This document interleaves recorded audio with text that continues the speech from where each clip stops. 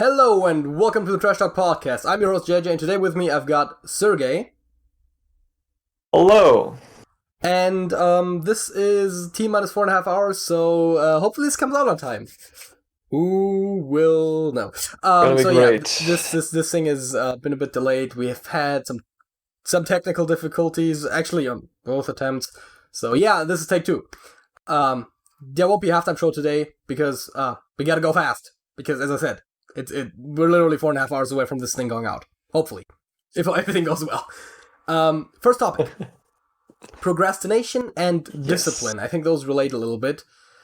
As a matter of fact, I came up with a weird correlation while we talked about it very briefly when we talked about what we're going to talk about. That sounds very meta. But I guess first things first, we both procrastinate. Habitually. A lot. Yeah, so I guess that brings up the first question, right? Like, what do we do about it? Or do we need to do something about it, I guess, would be even the more relevant question. I mean, I do think that we should do something about that. I don't know how you feel, but whenever I procrastinate, I feel like shit afterwards. Yeah, so that's definitely a thing that happens to some degree. What was the thing? The reason that I procrastinate and still get stuff done is the reason that I still procrastinate. The fact that I procrastinate, yeah, that one. Yeah. Kind of. By the way, the fact that we're recording this so close to the thing is partially related. But yeah, what should we do about it? Rough, right? I mean, it's like, how do you not procrastinate? Well, you don't. Discipline comes into play, though. When it comes to discipline, there's actually an interesting point to be made. I've heard an interesting take where, of course, discipline relates to the idea of decision fatigue, right? If you're forcing yourself to do something that maybe you don't want to do, then it becomes harder to keep doing that over the day. And one of the ways to actually get shit done is not necessarily to be disciplined, but to set your circumstances up in a way that you're kind of forced to do the thing, and thereby you don't really have to think about it, right? Now you have to. And in a weird way, that's what procrastination is, isn't it? Right? I have to do something. Basically, yeah. But only whenever I have to do it within the next hour, or, well, I mean, depending on how long it takes, but like, I don't really have any extra time. I can't get distracted while doing it, right? I have to do the thing now. So, in a weird way, it is somewhat productive. But of course, it also ends up being destructive. I've noticed definitely, while the concentration while working is maybe a bit higher sometimes while procrastinating, or the willingness to put in effort also, the end product still doesn't seem to often be as good as it could have been if you put a little bit more time into it. Which... Yeah, because everything is rushed, obviously. Exactly. Yeah. So what do we do about it? I guess one thing is to just kind of set a fake deadline, right? And then you just procrastinate until that instead of the actual deadline, so that then, if you're not happy... I don't think that will work yeah, right, that's the problem. Well. If no one is holding you accountable to the other deadline, it doesn't matter that it exists, right? If you're making stuff up in your head, that doesn't fix anything, or at least that seems to be the case for me. It's definitely been an idea that I've thought about, though, because if you really hold yourself to doing something by a certain time, then if you don't perfectly do it, you have a little bit of extra time to, like, fix up some, patch some holes. Or if it ended up taking longer than you thought it would, then at least you don't have to beat yourself up about missing the official deadline, right? Especially if it's something where there's, like, a hard deadline, right? I have to hand this paper in by next week, and maybe I would want to have it done a week earlier because I might take a couple hours to write that, and then I have a little bit of breathing room there. But that's hypothetical, by the way. I luckily don't have any deadlines right now. But I don't know, right? That's I definitely like the idea of using using the fact that you don't really have to be as disciplined if you set up the circumstances correctly, right? Where if you know what people say, right? Like for example, browser extensions that block certain websites at certain hours. stuff like that. It always seems silly to me, but people that actually use them seem to do really well with them. Right? Yeah. I definitely know one thing that people also say is, whenever you have an internet outage, it's like the most productive 5 hours of my entire year. Yep, basically. And I guess we would kind of have to like artificially force it a little bit. I mean, I'm not saying to actually like necessarily turn off your internet, but maybe set some time apart in a day where you just don't like, because, oh god, this doesn't sound great, but right, like the first thing I do when I get up is I turn on the computer. Well, I brush my teeth and I maybe eat breakfast, but right before, like, after like all of the like kind of necessary stuff, I turn on my computer. And one of the last things I go to bed before brushing my teeth again is to turn off my computer, right? And so basically the same for me too. I'm spending most of my time on that thing, and that doesn't sound like healthy behavior, but I don't consider it a problem. I actually have looked through the checklist for addiction before. Doesn't seem to fit the case there too well, though, of course, this is what an addict would say. But maybe there is a potential there, right? You get up and you're like, okay, like, I got like an hour or something before I turn on my computer, and in that time, I do whatever. I find it harder to do on the other end, because I don't have a set time when I go to bed. I mean, I don't have a necessarily set time when I get up either, but yeah, you just got up, right? It happened. And then saying an hour from now is a set time frame. Saying an hour before I go to bed means if I turn off my computer now, now I just don't want to do anything but maybe go to sleep early. Which, sure, I mean, not like now. I'm not, it's 3:30, people. I'm not gonna go to sleep now. I just got up. But not. I do something similar like that. Usually when I wake up, I first go study kanji for about half an hour. Then also I used to do, like half a year ago, also before sleeping, I'd read something like for an hour or something. Those times were really productive. Yeah. I was actually thinking about that. I think we might have touched on that before, the whole reading thing, where I used to read a lot and I don't really anymore. Mm-hmm. And I've thought about it, right? Like the idea where it's like, turn off the computer, like read a chapter or two and then go to bed. Problem is, the reason why I turn off the computer and go to bed usually is because I'm like really tired. And like the last thing I want to do right now is like grab a book and read. Like, it's not that I don't enjoy the process of reading, right? But it's arguably more like intellectually demanding than, or yeah, that's that's fine. Like, it's more mentally demanding. Than sleeping. Then like, sitting there and like watching another YouTube video or something, right? Like, if I don't pay full attention to the YouTube video, it doesn't really matter. It doesn't really affect my enjoyment all that much, and it's a very passive activity. Whereas reading seems a little bit more active. You have to kind of pay attention. Mm-hmm. I notice that whenever I am reading and I am not focused, which can be for a variety of reasons, but definitely tiredness is one of them, you reread the same phrase 3 and 4 times until you're like actually process the words on the page, right? Like, maybe you skipped over something, or you literally just, you like somehow read the words without really internalizing them. So, like, I sometimes feel like I'm in a mental state where I could just read out loud and not even know what I'm saying. Mm-hmm. It happens quite a lot when tired. Yeah, and so that's why reading before bed has never been that much of a thing for me. But like, reading after getting up just feels weird. I mean, I should probably still do it, but yeah, just some like off. It's not as bad. Yeah, I guess just as you might think. Some like offline time would probably be productive, at least for the things you want to do offline. I mean, obviously, if you. But that again ties into it being discipline, because nothing forces you to do it. Yes, but I guess the way to tackle the discipline thing then would be through forming habits and eliminating distractions. So if the computer is not turned on, it's not nearly as distracting as if it's turned on, right? Because there is a little bit of extra Yeah. effort that goes into actually getting to the point where you're using it, right? Turn it on, you wait a couple seconds, you type in your password, assuming you have one, right?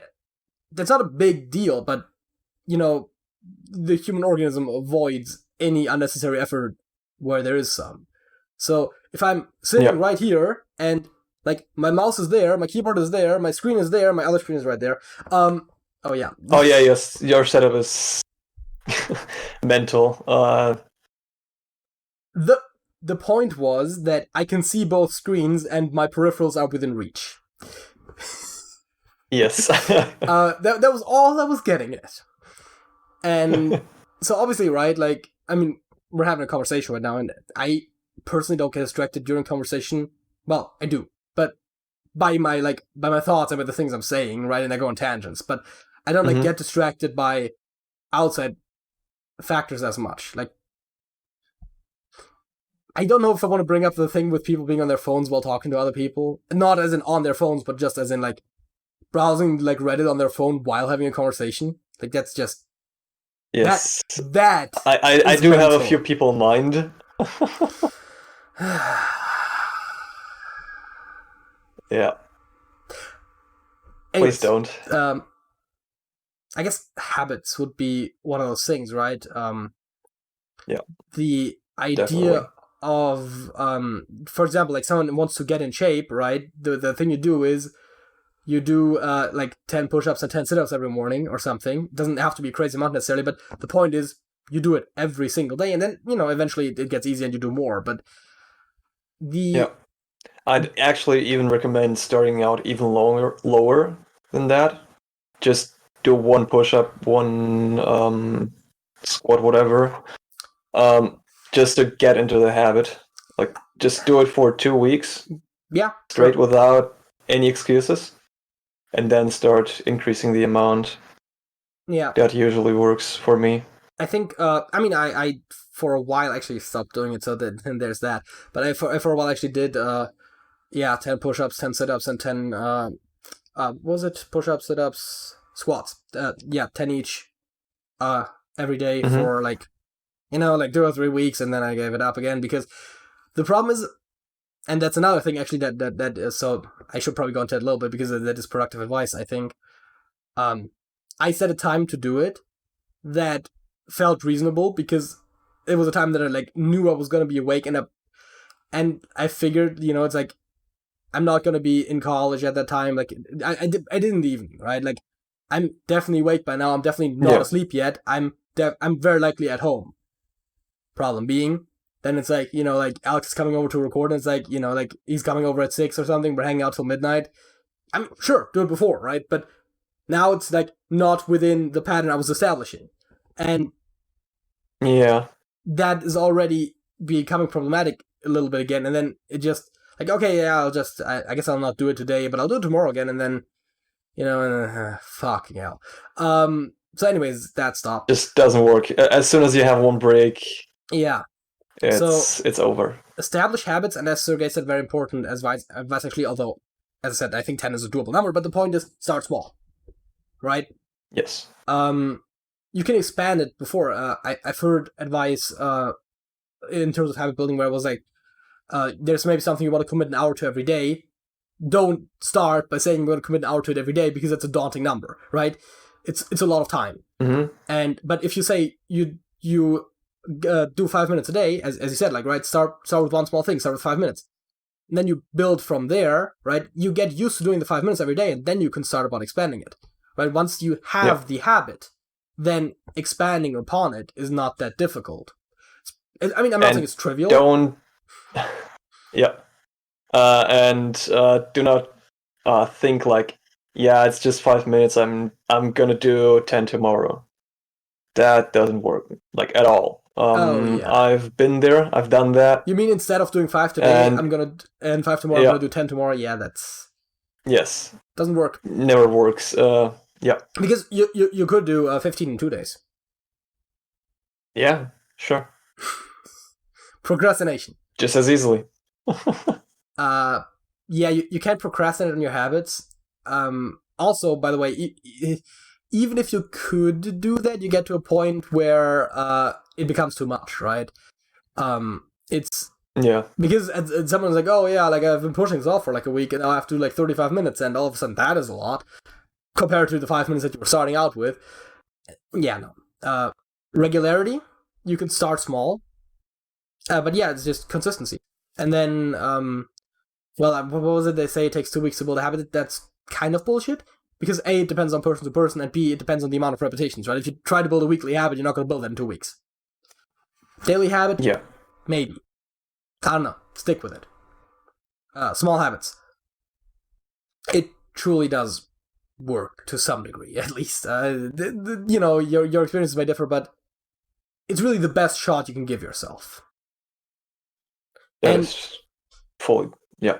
And once it's a habit, it kind of takes that focus and energy to like deviate from the habit, right? It's not, all of a sudden you're not being disciplined, you're just doing what you always do, which just happens to be a thing that is good, and people look at you and like, oh wow, you're so disciplined. No, I built a habit.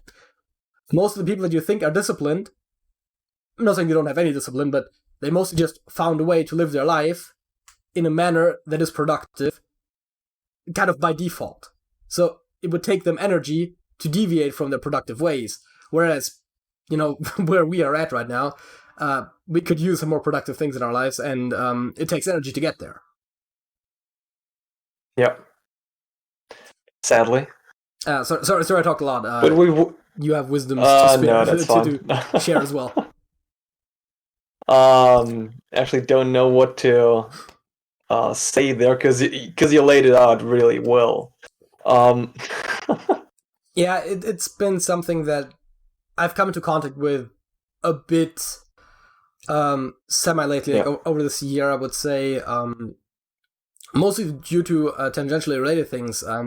Actually, like, small meta moment here, but we tried recording this podcast before, I said it earlier, and originally our first topic was going to be about language learning, which then coincidentally everyone started talking about it in the off-topic channel on our Discord server. Link in the description, join it, it's free. And yes, smoothly integrating your advertisements is part of being a YouTuber, okay? Yes. Everyone started talking about Duolingo all of a sudden, but the point is, right, we talked about language learning, and we figured we can't really recapture that moment, so we switched over to a, like, semi-related topic. But that is actually kind of how I learned a lot about the habit building, because the language learning community, of course, and especially the polyglots, it's a significant factor in their lives, right? The language learning stuff. And one of the questions that they get a lot is, like, how do you manage to do this? And the answer usually is a habit, right? You build a habit. Yeah. And then you learn 15 languages. One thing, though...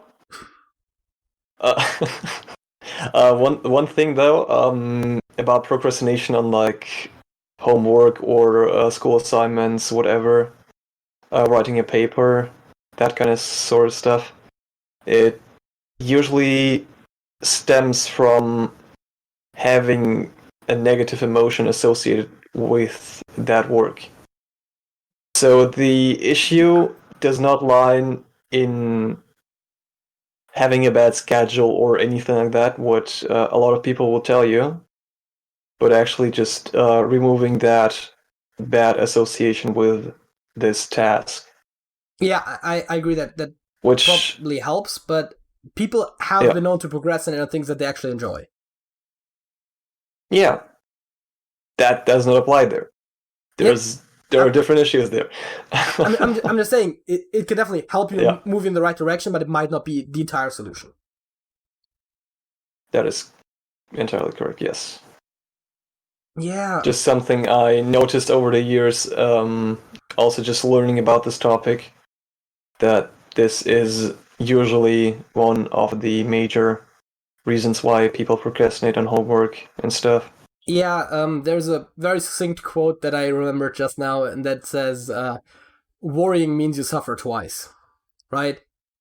And yeah, basically. And the worst part is, when I procrastinate things that I don't want to do, which is, to be fair, like, probably the bulk of the things that I procrastinate on, it's usually not as bad as you think it's gonna be, which is weird, since sometimes it's a thing that you've done before.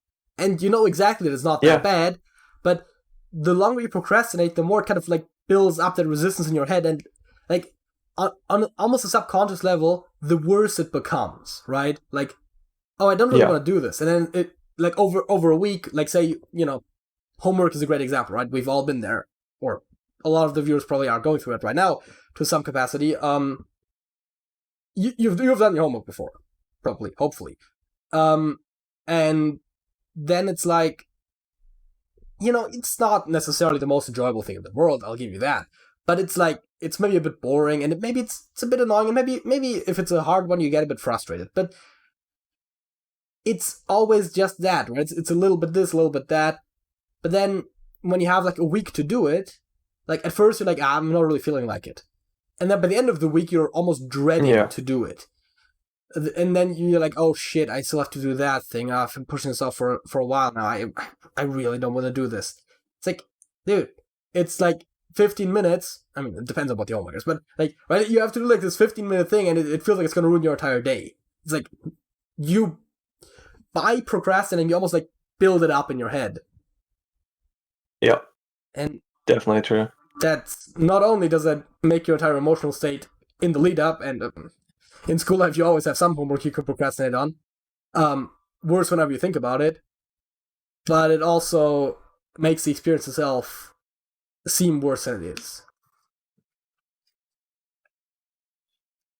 Definitely. Yeah.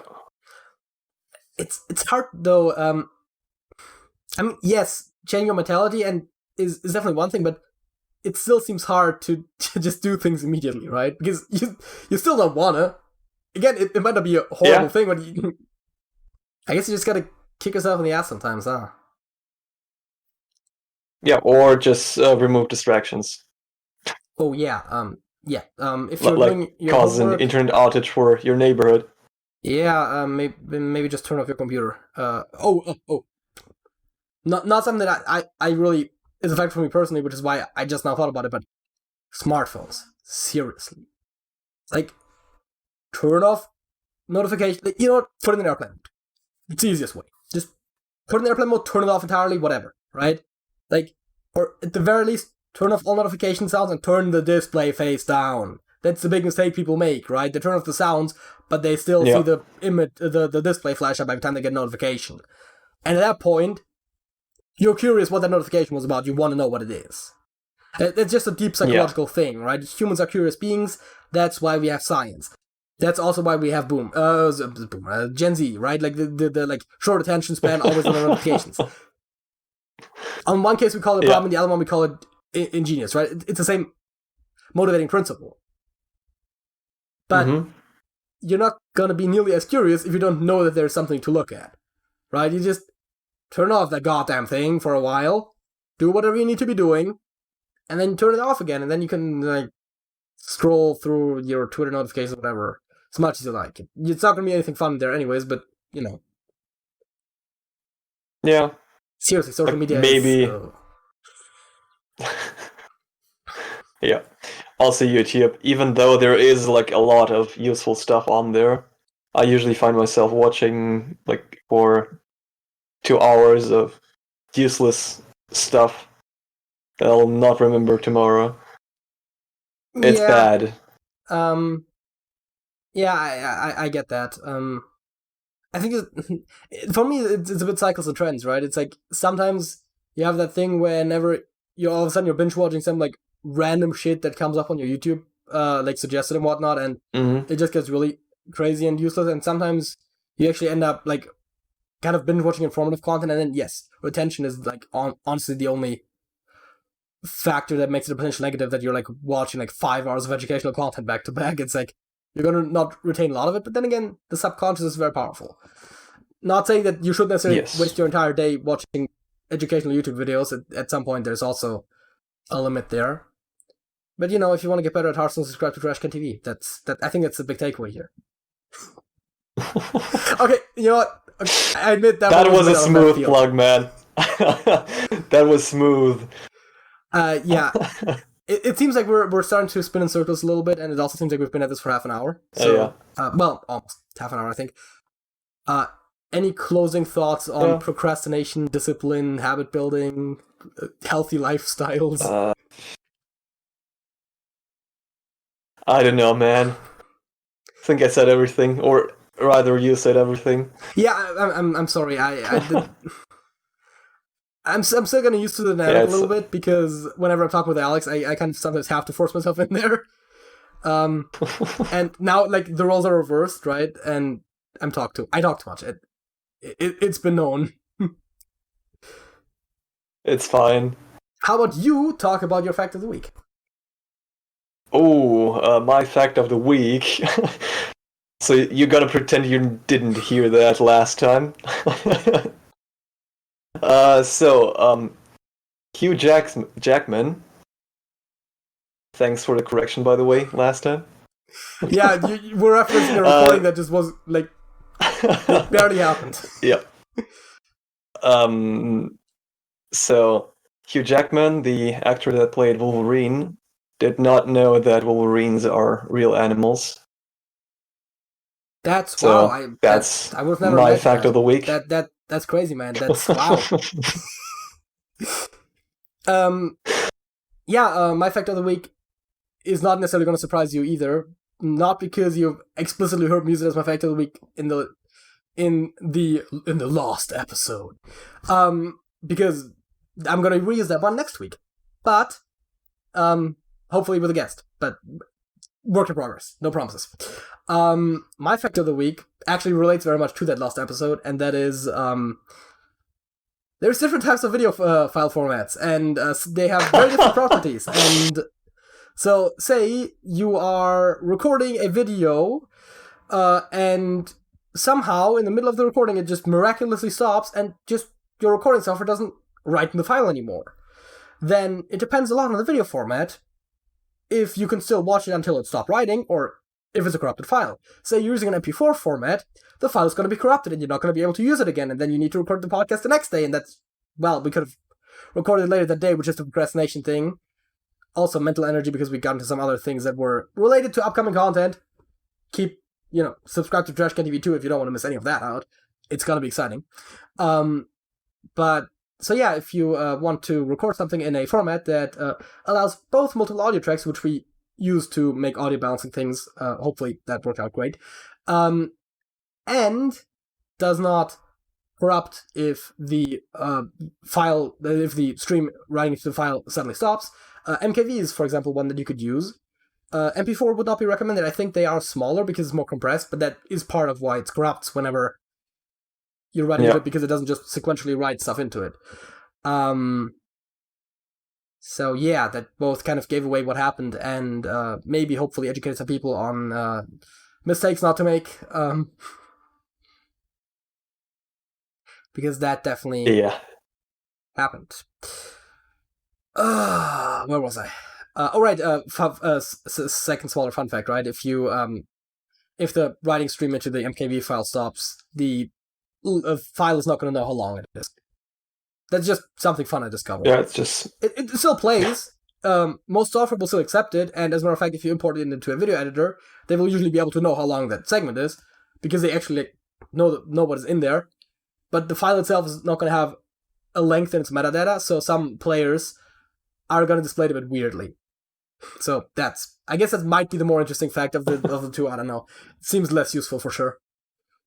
But yes, I did intentionally crash the video recording software just to see if this was not going to corrupt. And it says it's still recording, so we're hopefully going to have an entire podcast recorded today. And if not, then we're not going to do a podcast this week, because I don't think we're going to do a third try this week. So, the second topic, admittedly, is a bit vague.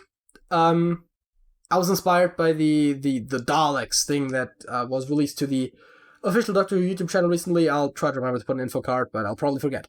And, you like Doctor Who, I like Doctor Who. Alex isn't here, so we can talk about Doctor Who. I mean... Great stuff. I'm not even, joking around too much. I mean, we don't want to have Alex here to talk about something that he doesn't care about for, 20 minutes or something. No. Since it was inspired by the video short, did you actually watch that by now? Not really, no. I spent a lot of hours yesterday debugging shaders. Minecraft So- coming soon. Check it out. TrashcanTV 2. Subscribe to the Yes. channel. I did the plug already. Yes. Yeah, okay. It's not that important. There's not really a huge amount happening there. I think No. once the series is complete, it might be more worth looking into. But I guess to give us a bit of a direction, thoughts on like the Daleks and the different variations we've seen over. Well, I guess New Who specifically, since you didn't watch any old Doctor Who, as far as I'm aware, and I didn't watch very much of it. So A few episodes. Oh. Not a lot. Did you watch the original Dalek arc by chance? No, didn't. Haven't gone as far. It's actually one of the latest episodes that I've seen in terms of the old Doctor Who, but they were a bit different back then. But yeah, thoughts on the Daleks and their variations. I mean, what kind of variations are there? Well, for me, they're just Daleks. Okay. A big bunch of really dangerous, not robots. Oh my god, it's R2D2. I loved them in Star Trek. But yeah, so we've definitely seen different variations. We had I think in the Ninth Doctor era, there was when they were like somehow making Daleks out of like humans, which was weird. There was definitely, I seem to remember one where it was almost like he had him on his face, which was not exactly that, but it was related, I think.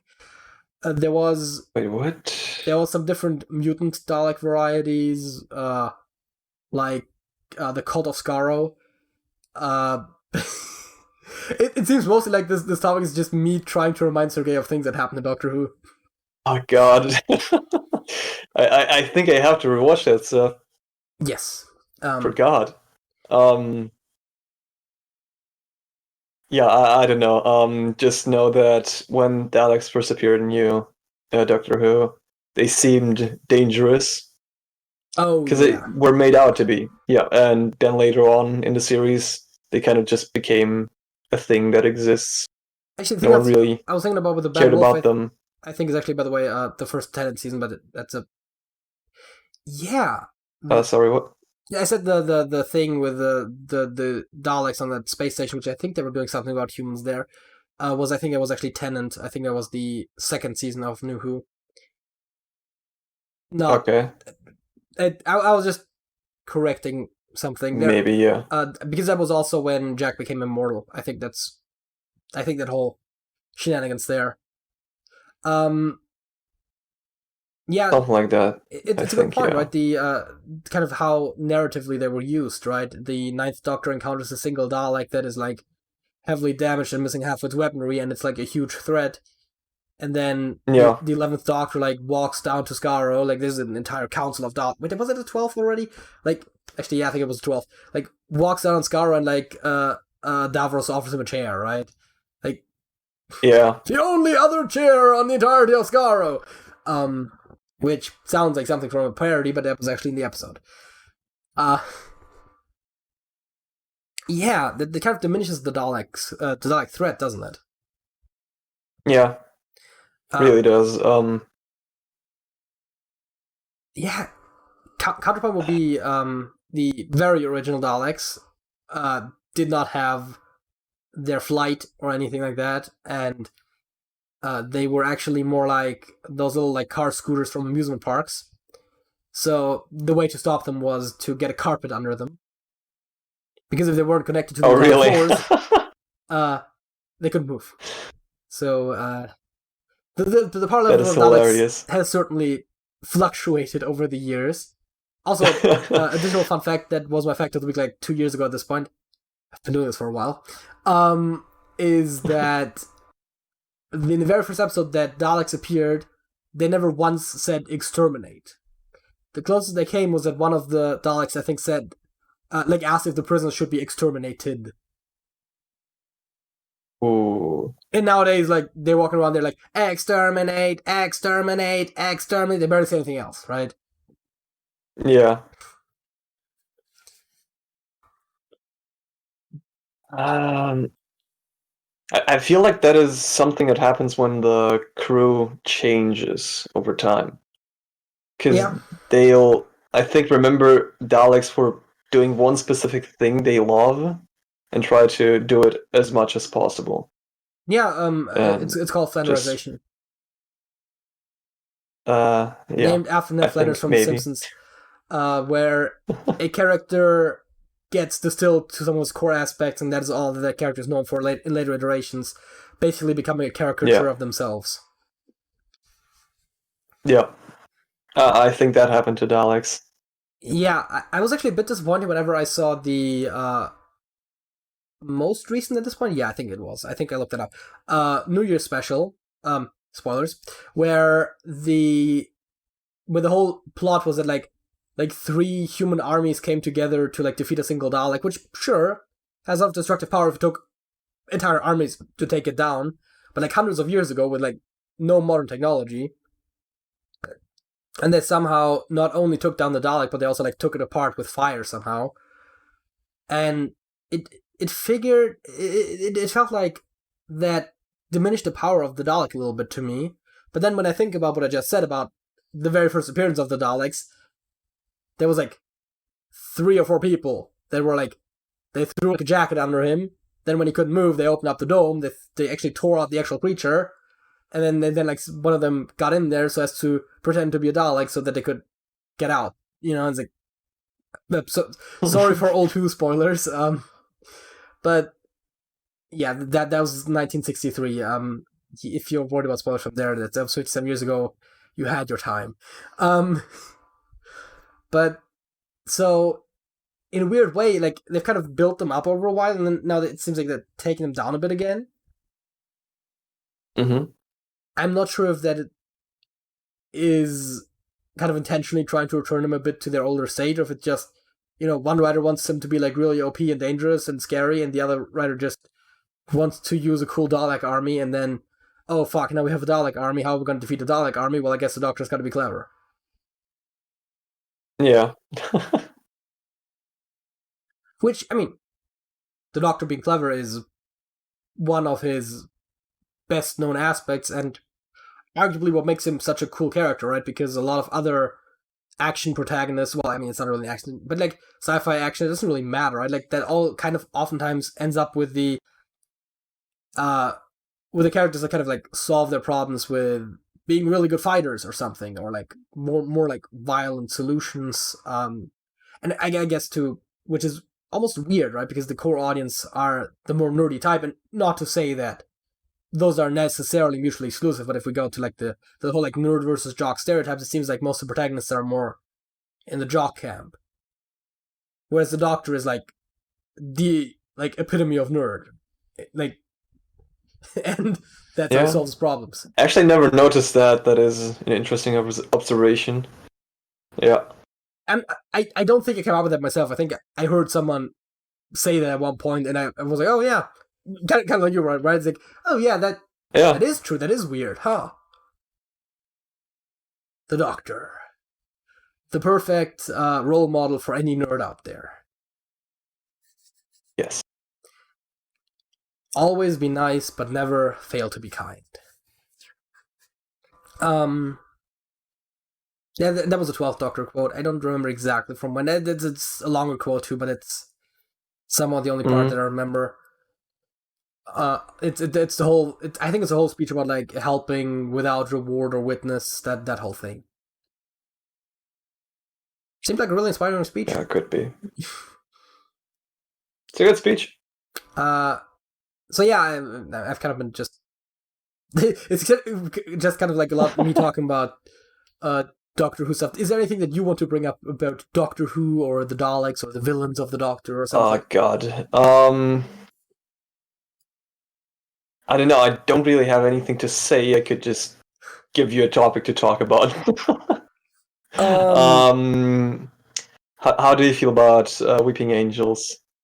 Oh, actually, another iconic. Actually, one of the few iconic villains, specifically from the new series. Cybermen, Daleks, that's like all old stuff. I think the Weeping Angels and the Silence have really been kind of the standouts from the New Who era. But the Weeping Angels are another villain that kind of suffered from that effect where they were initially intended as one thing, and then people were like, oh, they're so cool, and then started trying to expand on it in ways that arguably didn't work. Right, the first appearance of the Weeping Angels was really cool. Right, Blink is one of the best Doctor Who episodes of all time. Maybe not the best, probably not the best, but it's one of the best. And then you've got the one where they're on that one planet, and it turns out like all the statues, they're like, what? That species had 2 heads. Why do all their statues have 1? It turns out they're all Weeping Angels. And first of all, the sheer amount of angels in that one is a tad bit ridiculous. Actually, I think I'm skipping ahead. I think there was Angels in New York was in between there, but I didn't have a huge problem with that one. Honestly, it seems kind of forgettable because I can't really remember much about it. I remember that I think Rory ended up getting stuck in the past, but like Rory dying is kind of, actually I think they both did, though Rory dying is almost more of a running gag than a real threat. And Angels of Manhattan. Yeah, Statue of Liberty. Man. Right. Yeah, no, that's dumb. See, that's the problem, right? That was dumb. And then in the episode I was going to talk about, I think is when they had the thing where every image of an angel becomes an angel, including the fucking reflection in the retina. And like, that's really dumb. That is... Wait, really? Yeah. Did that happen? Freaking, who was that? Who was the companion at the time? What's her name? The companion of the 11th/12th Doctor. What's her? Clara. Clara didn't have. I think it was Clara, right? She had like one in her eye all of a sudden. Like, what? Maybe. First of all, right. That was Clara. Yeah. First of all, the whole point about angels is that you look at them, right? So now you're making looking at them a threat, and I get that in a way it's supposed to, I guess, make them scarier, but it just felt silly as a concept, not to mention that we've had previously established people looking at them for a long time, so as not to get caught by them, and all of a sudden, like, first there was a recording of one, which ended up becoming one, and then looking at that recording made her have one in her eye, which is bizarre. And I guess that touches upon another aspect I thought about Doctor Who recently, and this might be a bit of a controversial statement, right? But there's a lot of bad Doctor Who episodes. I think there's more bad Doctor Who episodes than there's good ones. A lot, yes. Like, definitely. A lot. Most of Doctor Who is trash, but somehow it's still a great show. I love it. Don't get me wrong. There's just a lot of bad. I do not understand how it works. I mean, I guess I'm one of the few people who focus on the good rather than the bad. Maybe. I don't know. I don't know, man. I usually focus on the bad. I think. Maybe. But you like it too, I still loved it. Yeah, I guess. Yeah. I guess it's probably in part because it oftentimes doesn't take itself too seriously. So that if it ends up being a bit goofy, it's kind of like almost like it's by design. I mean, there's some episodes that are like really bad, like, you know, we don't talk about Absorbable for a reason, but who? That when they had the contest where like, kids could draw monsters, and wait, were you asking ironically? I can't tell. Unironically, but I made it seem ironic. Yeah, because I was about to say like people. And now I remember which episode that was. Yes. Kind of funny, like, yeah, thank you. That one was weird, right? They had kids draw monsters, so it could be in a Doctor Who episode, and then it's like, I get the design isn't like you're working with a design that's already given to you, but like that's not nearly the worst part about that whole thing. Right? Like, if it just looked like it does, that's fine. You somehow made it bad. But yeah, it's like every episode is kind of a new thing almost. I mean, there's 2-parters for sure, but at the end of the day, every story arc is kind of a new story. And there is some continuity due to the characters, but it's almost like, at its heart, it's a bit of an anthology. And I feel like that means that the bad episodes don't taint the good ones nearly as much, right? If it's bad because the Doctor's acting very out of character or something, then maybe. But, well, actually, anthology might be an overstatement with all the recurring villains, but if, like, as I said, like, Absorbable that was just some episode, but also, it's not like it came up again. So if you have a show with a stricter continuity, that might be more of a problem. I mean, you'll just forget that episode in the end, like I did. Yeah. And the good episodes oftentimes are really good. And the bad episodes are usually kind of trashy, right? Like, sure, I'm not saying there's no like really bad episodes, but it's not like it's offensively bad or something, right? And even a lot of the bad episodes, you can still have some degree of enjoyment watching them, either as a critical observer, like, oh god, how did this happen, or just actually because even bad episodes have good moments oftentimes, because we're still dealing with the same characters we like in maybe worse situations. It's a weird phenomenon. I agree. I wanted that before as well, right? It's like, why do you like this show, right? Objectively speaking, there's no good reason to like this show. Well, I mean, again, it has good parts, but it also has enough bad that would seem to outweigh, and yet somehow does not. I mean, maybe that is also one reason. One reason would be that it has like this nerd main protagonist. Yeah, because it's different. Because it sticks out more. It's not like anything we've seen. That's definitely true. Yeah. You know, often imitated. No, actually, not even that as much in Southern parody. But I don't. It is rather unique. That's true. The closest thing we got to like something that people would actually compare to Doctor Who is Rick and Morty, which is just not true.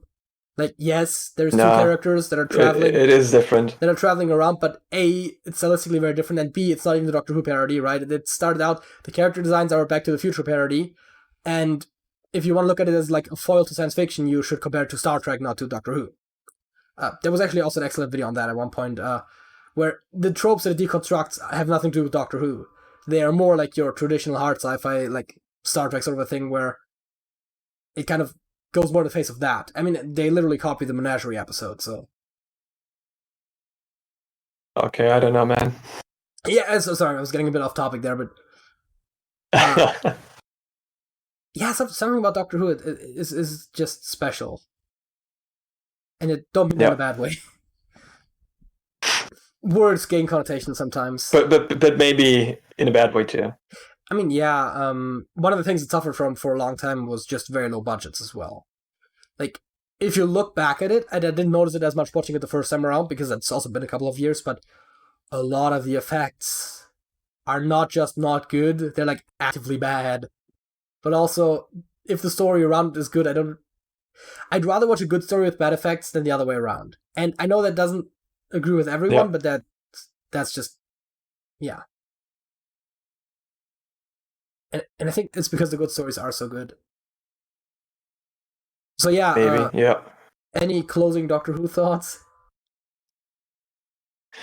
I think it is really just because it's so different from everything else in that kind of genre.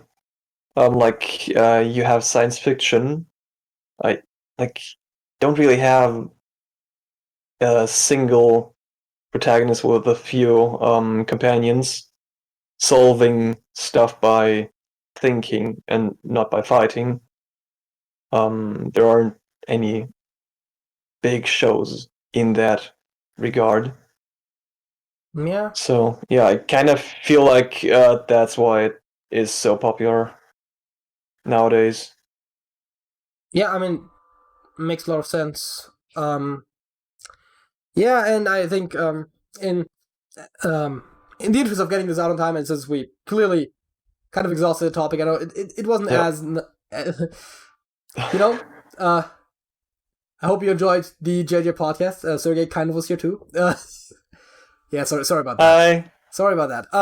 Songs of the week. What is your song of the week? My song of the week is Katyusha, a Russian. I don't know if folk song. Not really. It's what the fuck is that? Even you probably heard that at some point. Honestly, the things that are best described as "what the fuck even is this" are always either the best or the worst things. Like, They're never boring or like basic, because otherwise you could easily describe them. Yeah. Uh, is a Soviet folk-based song and military march. Yeah. I see the direction that we're going. Great. Okay. Okay. So yeah. Oh yeah. I need to say the people that made that, right?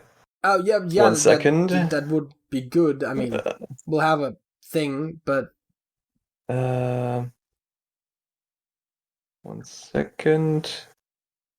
So the author was Mikhail Isakovsky, and the composer, which composer. It's a very simple word. and composer, yeah, boy, was Matvey Blantier, I guess, is how the name is pronounced. Yeah.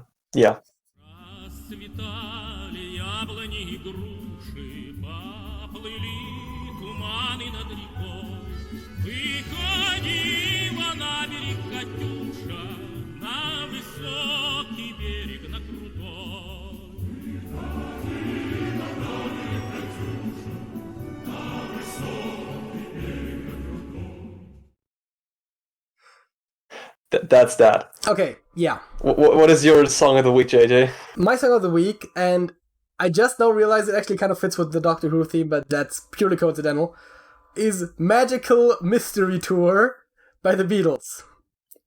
Doesn't that just perfectly describe the Doctor's journey?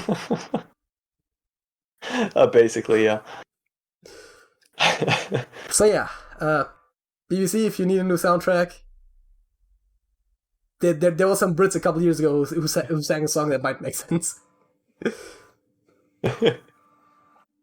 Yeah. So yeah, that was the Trash Talk Podcast. Subscribe to TrashcanTV too if you haven't already. The new home of the Trash Talk Podcast. Leave a like on the video, leave a comment, the whole thing. I already said the Discord thing. You know what to do. Sergej. That's it. That's it.